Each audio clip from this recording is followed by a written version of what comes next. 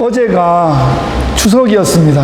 한국 명절로 추석이었고, 이번 추석에 유난히 달이 크다고 그래가지고 지난 100년 동안 어제가 제일 컸다 뭐 이런 말이 있고, 다음에 이 비슷한 거는 40년 뒤에 온다 이런 말도 있고, 뭐 하여튼 그래서 달 보러 나가봤더니 좀 흐려가지고 좀 실루엣만 조금 보였습니다. 하여튼 그래도 오늘 밤에 혹시 좀 봐도 거의 큰 달을 볼 수 있을 것 같고요.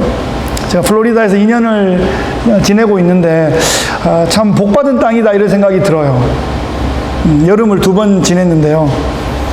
오후만 되면 거의 매일 한 번씩 이렇게 샤워가 내려가지고 이렇게 더운 기운을 싹 가시게 하고 아주 청량감 있고, 나무도 잘 크고 풀도 잘 자라고 연못도 깨끗해지고 아주 아주 이렇게 생명력이 있는 그런 스테이트인 것 같습니다. 플로리다 별명이 선샤인 스테이트인데 제가 따로 별명을 또 하나 붙였습니다. 샤워 스테이트라고.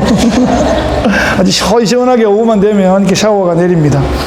그런데 비가 이렇게 알맞게 적당하게 내리면 만물이 약동하고 아주 기분이 좋은데, 한꺼번에 집중적으로 많이 내리면 위험한 일들이 발생하죠.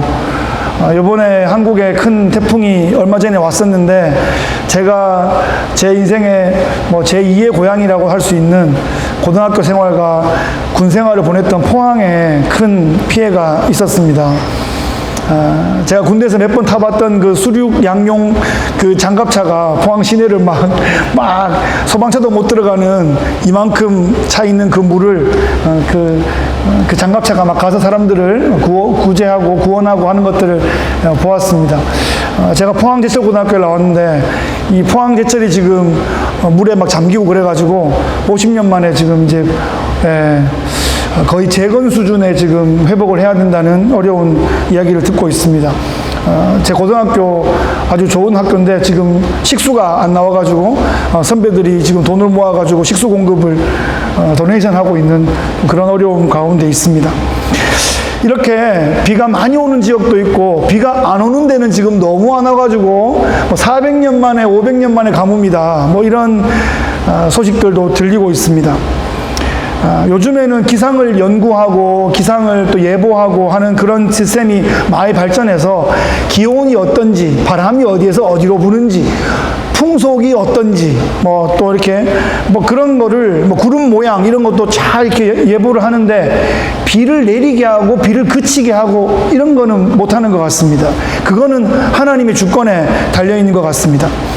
요즘처럼 이 전 세계가 아주 가뭄과 폭우가 극과 극으로 이렇게 나누어진 적이 있었나 싶을 정도로 아주 좀 특별한 시대를 사는 것 같습니다. 하나님의 메시지가 여기 있는 것 같다 이런 생각들을 해봅니다. 우리가 천지의 이 기상을 분별하는 그런 열심으로 하나님의 마음, 하나님의 메시지를 좀 잘 분별해야 된다 이런 마음을 갖게 됩니다. 오늘 성경은 비에 관계된 그런 이야기입니다. 등장인물은 그 이름도 유명한 엘리야라는 선지자입니다. 엘리야 선지자의 등장 씬을 한번 살펴보겠습니다. 1절 보시면 길르앗에 우거하는 자 중에 디셉 사람 엘리야가 아합에게 말하되 이렇게 시작합니다. 엘리야의 등장은 너무나 갑작스럽습니다. 가문에 대한 정보도 없고 어느 지파인지도 모르겠고 아버지가 누구인지도 모르겠고 디셉이 어딘지는 지금도 모르고 그저 아는 것은 길르앗이라는 동네만 아는데, 그 길르앗이 요단 동편에 있는 그냥 좀 변방 지역이에요. 길르앗에서 위대한 사람이 나왔다 이런 말을 별로 들어본 적이 없습니다. 그러니까 엘리야는 촌 사람이었어요. 유명한 사람도 아니고 그냥 그러다가 갑자기 중앙 정치 무대에 짠 하고 등장합니다. 아합 왕 앞에 그냥 나가는 거예요. 그런 면에서 좀 예수님하고 좀 비슷한 것 같습니다. 예수님도 나사렛이란 촌동네에 사셨는데 율법을 묵상하고 하나님 나라를 사모하고 메시아를 기다리던 나다나엘이라는 청년이 있었는데, 빌립이라는 친구가 우리가 메시아를 만났다 이렇게 얘기하고 그는 나사렛 출신이다 이렇게 얘기하니까 뭐라 그래요? 나사렛에서 무슨 선한 것이 나겠냐, 메시아는 나사렛 같은 촌동네에서는 안 나는 거야 이렇게 말했어요. 그리고 예수님 집안이 목수 집안이었는데 뭐 대단한 건축가는 아닌 것 같고 그냥 그저 동네 사람들과 함께 어울려 살아가는 그런 소박한 수준이었을 것 같습니다. 이처럼 이 엘리야라는 사람도 그냥 배경이 변변치 않은 촌사람인데 갑자기 수도 사마리아를 향해서 뚜벅뚜벅 걸어가는 거예요. 아합 왕 앞으로 성큼성큼 나가는 거예요. 그래서 하나님의 그 메시지를 전하고 있습니다. 내가 섬기는 이스라엘의 하나님 여호와께서 살아계심을 두고 내가 맹세하노니 내 말이 없으면 수년 동안 비도 이슬도 있지 아니하리라. 이 얼마나 담대한 선포입니까? 여러분 상상이 되십니까? 아합 왕이 선한 왕이 아니라니까요. 아합 왕이 악한 왕이고 세계 최대의 악녀 이세벨이 부인인데, 그리고 이 북이스라엘의 악한 왕 그러면 아합 왕이 대명사인데 바로 그 사람 앞에 가가지고 내 말이 없으면 비와 이슬이 안 내린다니요. 이거 무슨 세상 말로 죽으려고 환장한 그런 말 같지 않습니까? 표현이 좀 그렇습니다만 이게 제일 적합한 것 같아요. 그런데 이 경고가 진짜 담대하고 정말 위험한 이유는 비와 이슬을 안 내린다는 그 말 자체가 바알의 주전공인데 그거를 못하게 내가 하겠다라고 말하는 것이기 때문에 신에 대한 도전이니까 이게 너무나 큰 이야기인 거예요. 바알은 이 두로의 공주였던 이세벨이 자기 친정으로부터 직수입한 그런 신입니다. 비와 번개를 주관하는 신이고, 그래서 비를 내리고 번개를 내리며 날씨를 주관하는 그런 신이죠. 농경사회에서 비를 주관한다는 것은 날씨를 주관하는 것이고 농작물을 주관하는 것이고 이 풍요로운 소출을 통해서 생명을 지켜내는 그런 신인 것입니다. 중동 지역에 태양은 언제나 뜨겁게 내리쬐기 때문에 비가 중요했어요. 비가. 그래서 이 비가 언제 내리는가 하는 게 제일 중요했습니다. 그 지역에 사는 백성들로서는 비를 적절할 때 내려주어서 우리가 이 풍성한 소출을 얻게 하는 그 신이야말로 우리가 정말 열정적으로 따를 그런 신이 되겠죠.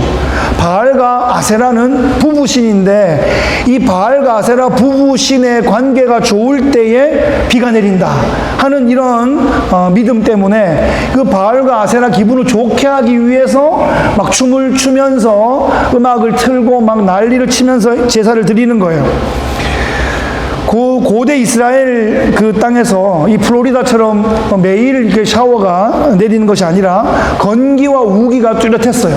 여름은 건기예요. 여름은 태양만 뜨겁고 비는 안 내리는 건기고요.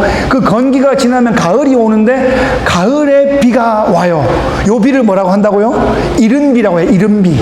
그때 이른비가 오면 딱딱하던 땅이 좀 흐물흐물해지고 포송포송해지니까 그때 씨를 뿌리는 거예요. 그러면 그 시간 싹이 나가지고 이렇게 막 자라다가 이게 겨울이 되면 그때 겨울 한 3, 4개월 그때 이제 이게 한철 농사를 짓는 건데 그게 점점 막 자라가지고 아이들이 중학교 때 자라잖아요. 예, 먹고 자고 막 팍팍 큽니다. 그때 비가 막 내려야 돼요. 그래가 쫙 키운 다음에 여름에 이제 여름 지나면서 이렇게 소출을 거두는데 그때 내리는 비를 늦은 비라고 합니다. 늦은 비. 그러니까 가을에 이른 비가 내리고 봄 늦게에 늦은 비가 내려야 씨도 뿌리고 또 소출도 하고. 이른 비와 늦은 비를 바알과 아세라가 주관한다는 거죠. 그러니까 그 시즌쯤 되면 난리가 나는 겁니다. 예, 춤추고 그래가지고 비가 내리는 거죠. 아니 자기들이 춤을 춰서 비가 내리는 것이 아니라 하나님께서 그때쯤 내리도록 세팅을 해놨는데 그걸 자기들끼리 이렇게 막 해가지고 퍼포먼스를 해가지고 자기들이 내리게 한다라는 식으로 세뇌가 되어 있는 그런 상황인 것입니다. 네. 사람들이 그 바알과 아세라 선지자가 수백 명이 또 있었죠. 아마 두로에서 직수입했을 겁니다. 그 수백 명의 바알과 아세라 선지자가 거의 기우제를 드리면서 그때마다 기뻐 뛰고 포짝포짝 뛰고 그러면 이제 비가 막 내려요. 여러분, 그래서 비가 내리는 게 아니죠. 네. 하나님께서 때마다 내려주셔서 선인과 악인에게 동일하게 비를 내려주시는 거예요. 그런데 엘리야가 말한 대로 비도 이슬도 안 내리게 되면 어떻게 될까요? 네, 모든 작물들이 다 타 죽겠죠. 이른 비만 안 내려도 씨가 안 들어가고요. 늦은 비 안 내리면 다 타버리는 거예요. 근데 지금 수년째 비가 안 내릴 것이다. 지금 엘리야는 무슨 말을 하냐면 바알과 아세라를 농락하는 말을 하고 있는 거죠. 예. 비가 내리고 작물이 자라고 수확을 하는 것은 바알과 아세라의 힘이 아니라 내가 섬기는 이스라엘의 하나님 여호와의 은택이다. 이렇게 지금 선포하고 있는 것입니다. 이것을 지금 아합 왕 앞에서 큰 소리 치는 거예요. 그러면서 내 말이 없으면 이스라엘의 이 풍요가 그쳐질 것이다. 이런 경고를 합니다. 이스라엘에는 대기근이 일어날 것이다. 왜 이 시점에서 엘리야는 지금 아합에게 이런 강력한 경고를 하는 것일까요? 첫째, 아합이 선을 넘었기 때문입니다. 아합은 이세벨이라는 이 악녀를 아내로 맞이함으로써 그 두로로부터 바알과 아세라를 수입합니다. 그래서 하나님 명예를 가려요. 그 전에 있었던 금송아지도 문제였지만 지금은 아예 대놓고 다른 신을 가지고 온 거예요. 이 신이 우리에게 생명을 주는 것이다. 이렇게 말하고 있죠. 천지와 모든 삼라만상 이 모든 것을 바알과 아세라가 다스린다고 하면서 하나님의 영광을 바알과 아세라가 탈취해버립니다. 그 악행이 선을 넘었기 때문에 바알과 아세라의 전공인 비를 그치게 해서 참신이 누구인가를 가르쳐 주고자 하는 것이죠. 그 첫 번째이고, 두 번째는 아직 이스라엘에게 회개의 기회를 주는 것입니다. 여러분, 무시하는 게 제일 무서운 거예요. 아무 말 안 하고 심판해버리는 게 제일 무서운 거죠. 지금 엘리야 선지자를 보냈잖아요. 엘리야 선지자를 보내서 경고하시는 것은 아직까지 애정이 있는 것입니다. 아직까지 회개하고 돌아오라고 하는 그런 하나님의 애타는 마음이 있으신 거죠. 회복과 또 그런 회개와 그 모든 것에 대한 하나님께서 소망을 보여주고 계십니다. 사실 이 모든 상황을 모세한테 미리 다 말씀하셨어요. 신명기 11장 16절 17절 제가 읽어보겠습니다. 이렇게 말해요. 너희는 스스로 삼가라. 두렵건대 마음에 미혹하여 돌이켜 다른 신들을 섬기며 그것들에게 절함으로 여호와께서 너희에게 진노하사 하늘을 닫아 비를 내리지 아니하여 땅이 소산을 내지 않게 하심으로 너희가 여호와께서 주신 아름다운 땅에서 속히 멸망할까 하노라. 하늘을 닫아서 비를 막겠다고 예언하셨어요. 우상을 숭배하면. 그죠?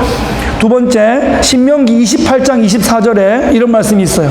여호와께서 비 대신에 티끌과 모래를 너의 땅에 내리시리니 그것들이 하늘에서 내 위에 내려 마침내 너를 멸하리라.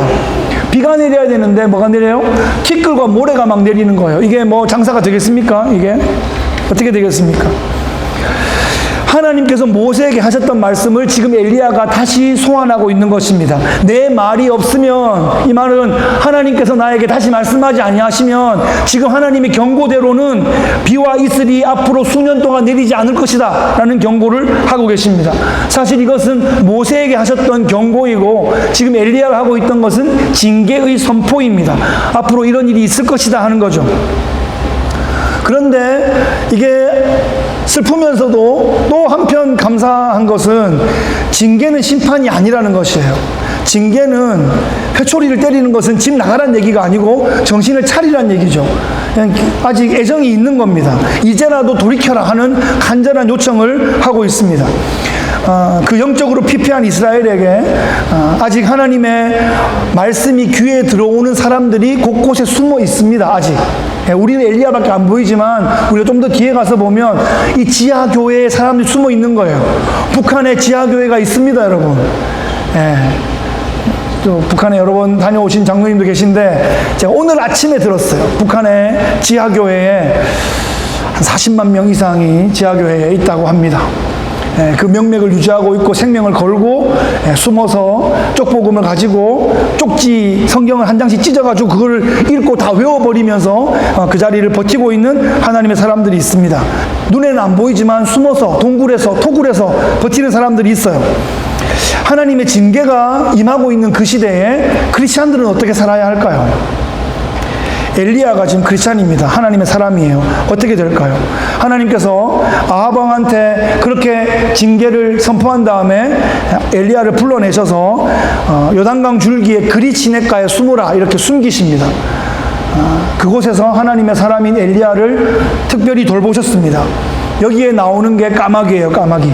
우리가 자주 까마귀 얘기하는 까마귀가 여기에 나오는 까마귀입니다. 이 까마귀에게 하나님께서 오더를 내리셔서 아침마다 저녁마다 떡과 고기를, 아주 따뜻한 떡과 고기를 이렇게 계속 음식 배달을 하신 거죠. 네, 한국이 세계적으로 유명한 것이 많이 있는데 이 음식 배달 시스템은 세계 최고일 것 같습니다. 그냥 스마트폰으로 몇 번 클릭하면 집 앞으로 각종 음식이 딱딱 오죠. 예, 기가 막힌 나라입니다. 하여튼. 그런데 그 당시에는 그런 전자장비, 그런 뭐 오더도 없었을 텐데 하나님께서 까마귀에게 직접 오더를 내리셔가지고 까마귀가 떡과 고기를 물어다가 주는 그런 아주 최첨단 시스템이 그때 진행되었습니다. 지금도 하나님은 필요하실 때에 까마귀들에게 오더하셔서 하나님 백성들을 돌보십니다. 사람 까마귀를 보내셔가지고 이런 그리 시냇가에 숨기신 하나님의 사람들을 돌보게 하실 때가 있습니다. 우리는 어떨 때에 그런 까마귀들의 도움을 받습니다. 또 어떨 때에 우리가 까마귀가 되어서 하나님의 사람들을 돌보게 하실 때가 있습니다. 그래서 우리는 항상 센스를 열어놓고 있어야 돼요. 우리가 도움을 받을 때 하나님의 도우심이구나, 이렇게 아멘으로 받고 감사하게 회복하면 되고, 또 우리에게 오더를 주실 때는 또 필요가 있는 사람을 돕고 그렇게 하면 됩니다.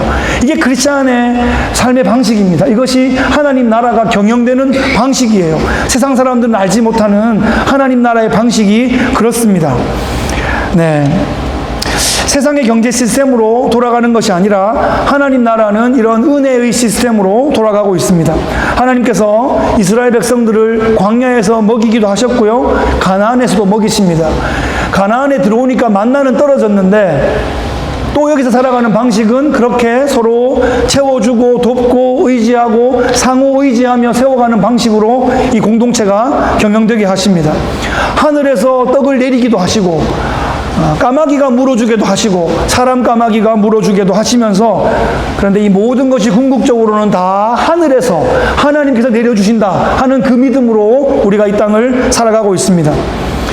세상은 이렇게 말합니다. 하나님이 아니라 돈이 우리에게 먹을 것을 준다, 이렇게 말하죠. 뉴스에서는 매일 돈 이야기입니다. 환율을 얘기하고 주가를 말하고 부동산 경기를 얘기하고 물가를 말하고 또 금리를 말하고 계속 그렇습니다. 이 모든 것들을 관장하는 신이 있는데 그때의 날씨를 주관하는 신이 바알이었다면 지금은 이 모든 돈을 다 주관하는 신 맘몬이라는 신이 있습니다. 예, 맘몬. 예수님께서도 이 하나님과 맘몬을 겸하여 섬길 수 없다라고 하나님 옆에 딱 갖다 놨던 이 시대 최고의 우상이 맘몬입니다. 오늘날의 맘몬이 바알입니다. 그때의 바알이 풍요를 주관하는 것이 아니었듯이 오늘날의 맘몬이 이 모든 우리의 생사 여탈권을 가지고 있는 것이 아니라는 말입니다. 하나님께서 하십니다. 그때도 하나님께서 하셨고 지금도 하나님께서 주관하고 계십니다. 크리스찬은 이 땅에서 똑같이 사람들이 보기에는 똑같이 밥 먹고 물 마시고 살아가는 것 같지만 우리는 다른 걸 먹고 사는 거예요. 우리는 하늘 양식을 먹고 삽니다. 그 하늘 양식은 생명의 떡 되시고 또 우리에게 살과 피를 나눠주신 예수 그리스도이십니다. 그 예수님을 우리가 먹고 마시고 사는 거예요. 네, 그 예수를 먹어야 하고 그 예수님을 마셔야 합니다. 그래야 우리가 영적인 기갈로부터 자유로워집니다. 돈 있다고 맛있는 거 먹는다고 그 영혼이 사는 게 아니에요. 예, 세계 최고의 뷔페를 매일 먹어도 그 영혼이 예수님을 못 먹으면 기갈하고 영적으로 기진하게 됩니다. 우리가 돈을 먹고 마시는 것이 아니라 우리 예수를 먹고 마시는 하늘 백성들 되시기를 예수 그리스도 이름으로 축복합니다. 아멘. 말씀을 정리하겠습니다. 오늘 말씀의 제목은 하나님의 주권에 의지하라 하는 것입니다. 여러분, 금송아지에 의지하시면 안 됩니다. 예, 세상에 그 당시에 제일 멋진 우상이 금송아지 모양이었고 그 모습을 본따서 우리도 금송아지 있다 이러면서 우리도 다 멋진 아주 근육이 쫙쫙쫙 갈라진 멋진 황소 모습을 금으로 만들어 놓고 이게 우리를 인도하여 낸 이스라엘 하나님 여호와다 그러면서 하나님 모양을 금송아지로 만들었잖아요. 하나님은 딱 이러시면 돼요. 딱 이 금송아지 모양으로 우리한테 복도 주고 우리한테 돈도 주고 우리 그냥 보호해 주고. 그러고 보니까 제가 뉴욕 근처에 제가 10년을 살았는데 그 월가에 가보면 황소가 막 이러고 있습니다. 이렇게 막 역동적인 모양으로 한 황소 모양이 이렇게 있어요. 예, 황소를 지금도 신으로 섬기는 그런 모습이죠. 여러분, 금송아지 의지하시면 안 되고 바알과 아세라에 의지하면 안 됩니다. 물질 만능주의에 의지하면 안 됩니다. 네, 하나님께 의지해야 됩니다. 하나님의 주권에 의지해야 돼요. 왜냐하면 하나님께서 기후를 붙잡고 계십니다. 하나님께서 전쟁도 붙잡고 계십니다. 하나님께서 경제도 붙잡고 계시고 하나님께서 생명도 붙잡고 계십니다. 하나님께서 사람의 마음을 붙잡고 계십니다. 죽고 사는 것이 하나님의 손에 달려 있습니다. 사람이 오고 가는 것이 하나님의 손에 달려 있습니다. 우리는 그렇게 하나님께서 이 모든 것을 주관하신다 이렇게 선포해야 합니다. 하나님께서 하나님 백성들을 돌보심을 우리가 믿어야 됩니다. 필요하면 까마귀를 보내시고 또 그렇게 돌보시는 것을 우리가 믿습니다. 우리 눈에는 도무지 방법이 보이지 않지만 하나님께서 숙련된 까마귀들을 보내셔서 하나님의 일을 하실 것입니다. 우리가 그것을 믿는 거예요. 이것이 신앙생활의 묘미입니다. 안 보이는 것을 믿음으로 바라볼 줄 아는 것이 신앙생활입니다. 여러분, 이 시대가 위기라고 생각하십니까? 언제나 위기였습니다. 어쩌면 좋아 보였던 시기가 더 심각한 위기였을 수도 있습니다. 어려 보이는 그런 시대 가운데 하나님의 역사하심을 더 실체적으로 경험할 수 있습니다. 엘리야처럼 담대하게 하나님의 주권을 선포하고 하나님의 공급하심을 경험하시는 믿음의 삶 살아가시기를 예수 그리스도의 귀하신 이름으로 축복합니다. 아멘. 참 좋으신 우리 하나님 아버지 감사합니다.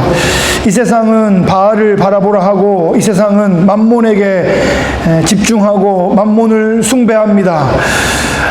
하지만 이 모든 것을 주관하시는 분은 하나님이신 것을 우리가 믿습니다. 날씨를 주관하시고 역사를 주관하시고 모든 물질을 주관하시고 우리의 생명을 주관하시고 이 역사를 이끌어 가시는 분은 우리의 하나님이신 것을 우리가 믿습니다.